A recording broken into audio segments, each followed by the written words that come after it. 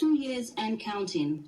Top executive political functionary Bala Jahumpa adds his voice to a progressive revolution that fronted the Gambia's transformative building blocks and consigned doom-mongers that doubted the continuity of the July 22nd revolution at the bins. The elsewhere diplomat also expressed gratitude to the Gambian leader, His Excellency Sheikh Professor Alhaji Dr. Yahya A.J.J. Jami Babli Mansa, for his vision and commitment to stand through the test of times. GRTS's Babkar Kamara recently caught up with the top politician, and here is an excerpt. In the name of Allah, the Beneficent and the Merciful, I bear witness that there is one God. Let me use this opportunity, let me use this forum to express appreciation and gratitude to the leader of our July 22nd revolution, and that is His Excellency, Sheikh Professor Dr. Alhaji Yahya Abdul Aziz James Dunkum Jame Babili Mansa as vanguards of the July 22nd revolution. Gambians can recall that fateful Friday morning of July 22nd, 1994, when the revolutionary process of this country started. Some reactionary forces, both within the country and outside of the Gambia, said that the revolution was not going to last for 1 week. It lasted for 1 week. Some said that give them another month. It lasted another month, and the same reactionary forces from within and outside of this country said that the revolution will not survive for 1 year. Here we are, 22 years under the leadership of His Excellency President Yahya Jammeh Babili Mansa. The revolutionary process continues.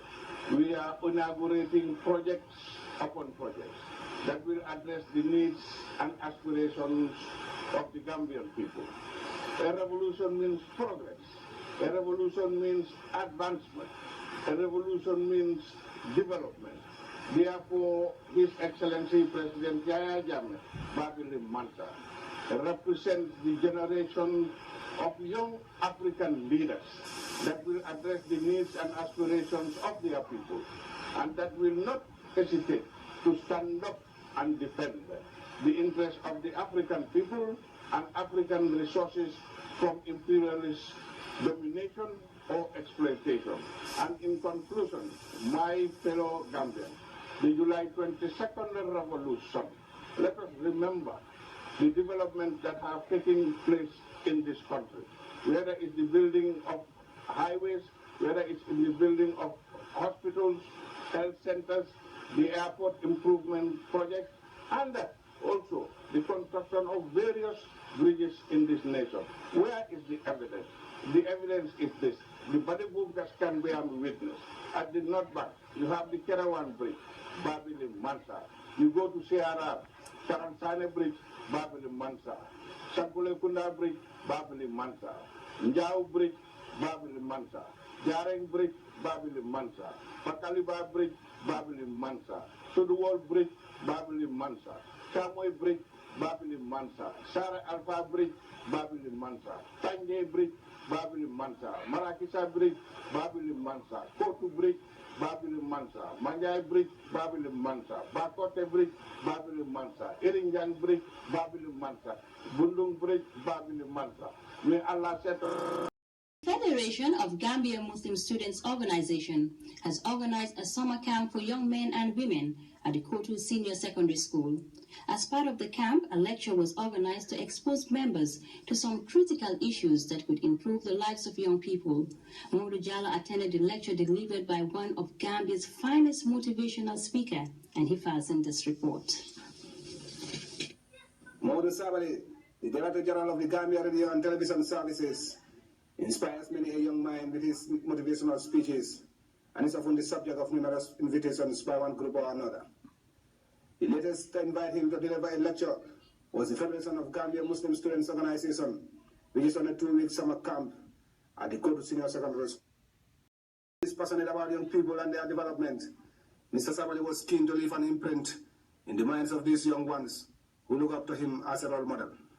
And Sabally did not disappoint as he delivered a critical analysis of time management and self-esteem made within the framework of the Holy Quran. For the GRTS boss, the Holy Book contains solutions to all problems confronting humanity. I'm saying this because in the Quran itself,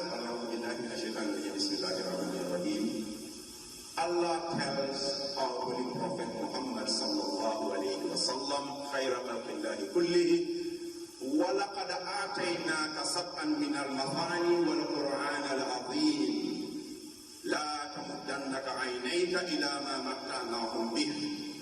Allah tells Muhammad sallallahu alayhi wa sallam, the most beloved of his creation, now we have revealed unto you 7 of the oft-repeated verses and the great Quran. So do not stretch your eyes in covetousness towards other things that have bestowed on people. That is Allah subhanahu wa ta'ala talking to his Prophet Muhammad sallallahu alayhi wa sallam. That means that the Quran is sufficient for us. He therefore argued that time being so precious should be well managed and invested in ventures that would benefit the individual.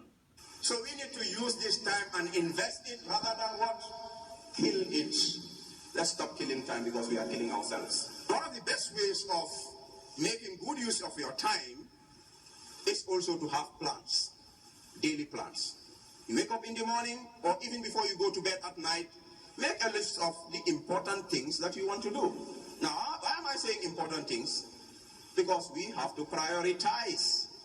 Not all things are of equal importance. Having on a familiar theme, Mr. Sabally spoke of this importance of self-esteem as a virtue that enables one to discover a talent in them, but caution that one must look inwards first in order to help understand the outside. You cannot have true self-esteem, self-confidence if you don't have Iman. And that self-esteem and that self-confidence should only be based on the dictates of the Quran when Allah subhanahu wa ta'ala told us in Surah لَقَدْ خَلَقْنَا الْإِنسَانَ فِي أَحْسَنِ تَقْوِيمٍ. But just to know that He said He created us in the best of mold, I think that is enough a source for anybody to have that self-confidence and self-esteem. The interactive lecture, which lasted an hour, gave his audience of young Muslims an insight into 2 very important subjects which confront many like them in society. But with this presentation, Mr. Sabally continues to empower young people to discover their potentials, which if fully harnessed and utilized, could inspire a whole new generation of responsible young minds. Momodou Sabally, GRTS.